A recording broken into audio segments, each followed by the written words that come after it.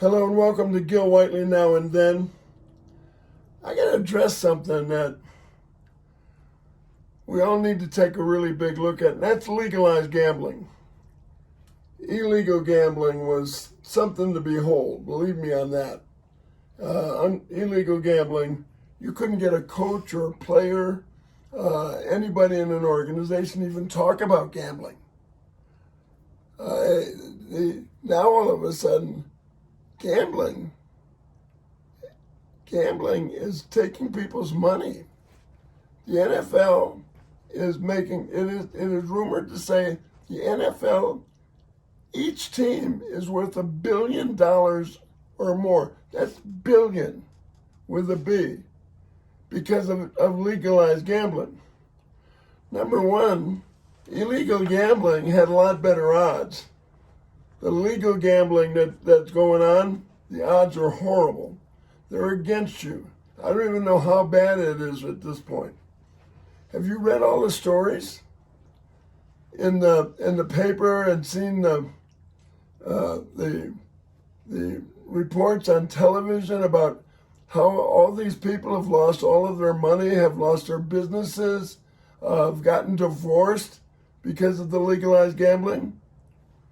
No, you haven't. Why? Simple. Legalized gambling has paid the newspapers, the Broncos, the NFL, the NBA, college football, radio, my radio show, everybody's radio show, the Denver Post, websites. They're all being supported by legalized gambling. They're spending billions of dollars with them. And again, once again, billions of dollars across the nation. Why? Because they're not going to show those stories. People are losing everything they have to gambling. And the organized gamblers, the corporations that run gambling, are keeping all of those stories at bay. You don't hear about them. You think they build those casinos in Vegas and Monte Carlo and everywhere else you'd see casinos because people are winning? They're not. Sports gambling is horrible. Sports gambling, the odds are so far against you. Yeah, you're gonna win. You're gonna win your game here. You're gonna win your game there, and then you're gonna tell everybody, "Oh boy, I nailed it with the Broncos." But you're not gonna tell everybody how badly you did on so many of these other gamblings, things that you did. You lost all weekend long, and what do? You double down on Monday night. That's the worst thing you can possibly do. People are losing money all over the place. No one's reporting it because everybody is legally being paid off.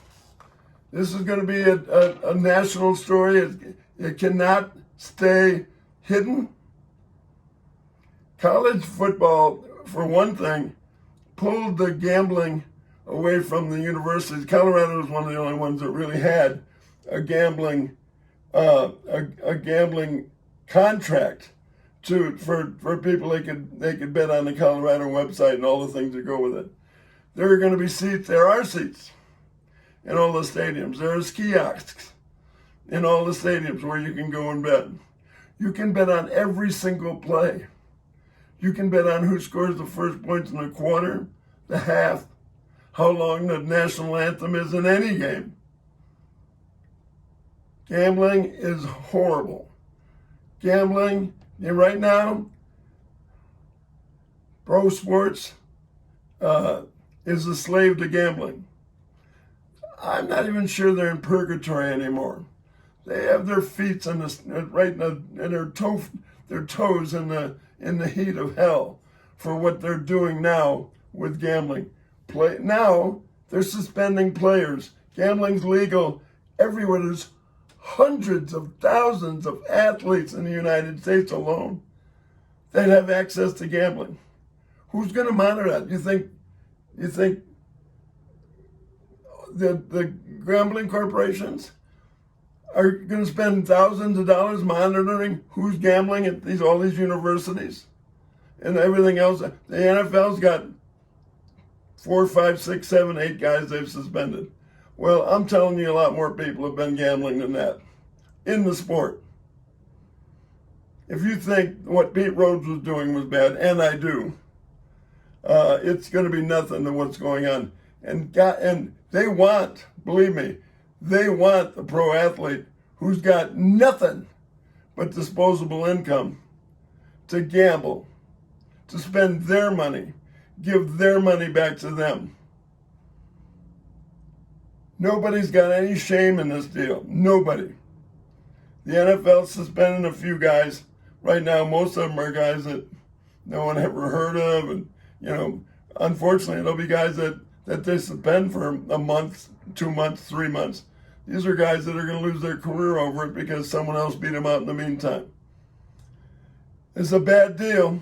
You got to pay attention.